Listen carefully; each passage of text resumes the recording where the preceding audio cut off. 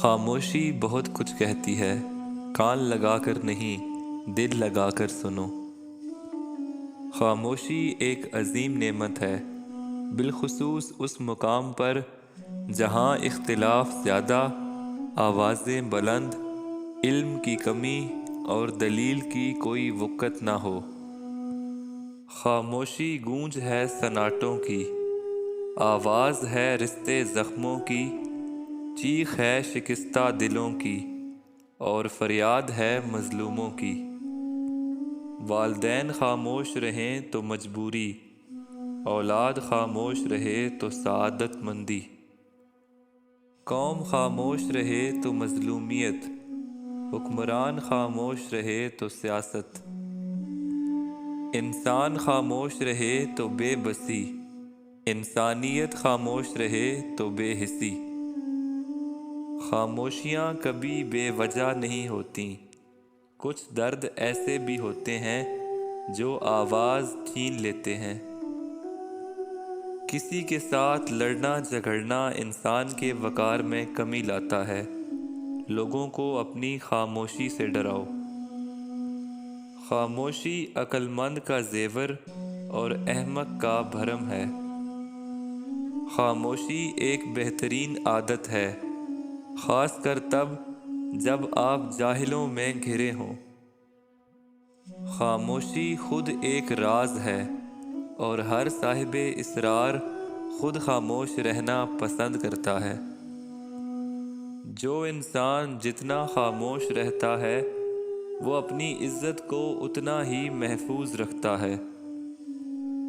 صبر، خاموشی اور لا تعلقی بہترین انتقام ہے۔ کچھ باتوں کا جواب صرف خاموشی ہوتی ہے، اور خاموشی بہت خوبصورت جواب ہے۔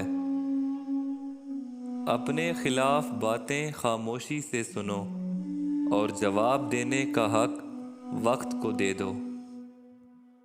خاموشیاں بے وجہ نہیں ہوتیں، کچھ تو برداشت کیا ہوتا ہے۔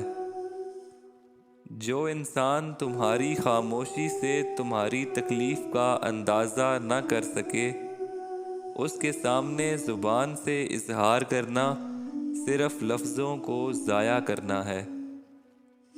بامعنی خاموشی ہزار بہتر ہے بے معنی لفظوں سے۔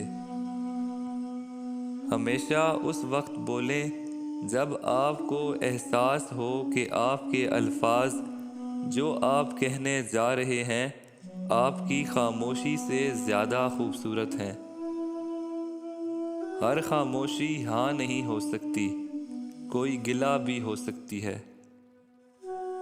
دو چیزیں انسان کی کمزوری ظاہر کرتی ہیں، جہاں بولنا ہو وہاں خاموش رہنا، اور جہاں خاموش رہنا ہو وہاں بولنا۔ کیا ہماری گہری خاموشی کسی کو یہ بتانے کے لیے کافی نہیں کہ انہوں نے اچھا نہیں کیا؟ کبھی کبھی حق پر رہنے کے باوجود خاموش رہنا پڑتا ہے، اس لیے نہیں کہ ہم ڈرتے ہیں، اس لیے کہ ہمیں رشتے بحث سے زیادہ پیارے ہوتے ہیں۔ تم جتنا زیادہ خاموش رہو گے اتنا زیادہ سننے کے قابل ہوگے۔ جب درد حد سے زیادہ بڑھ جائے تو انسان روتا نہیں، خاموش ہو جاتا ہے۔ ایک اچھا تعلق ہوا کی طرح ہوتا ہے جو خاموش ہوتا ہے مگر ہمیشہ آپ کے پاس رہتا ہے۔ اگر لوگ اپنی گفتگو سے غیبت، تہمت اور بہتان نکال دیں تو باقی صرف خاموشی رہ جاتی ہے، جو ایک بہترین عبادت ہے۔ جب احساس خاموش ہو جائیں تو ضمیر مر جاتا ہے، اور یہ وہ وفات ہے جس کی خبر نہیں ہوتی۔ جانتے ہو اذیت کیا ہے؟ کہنے کو تو بہت کچھ ہونا، مگر خاموش رہنا۔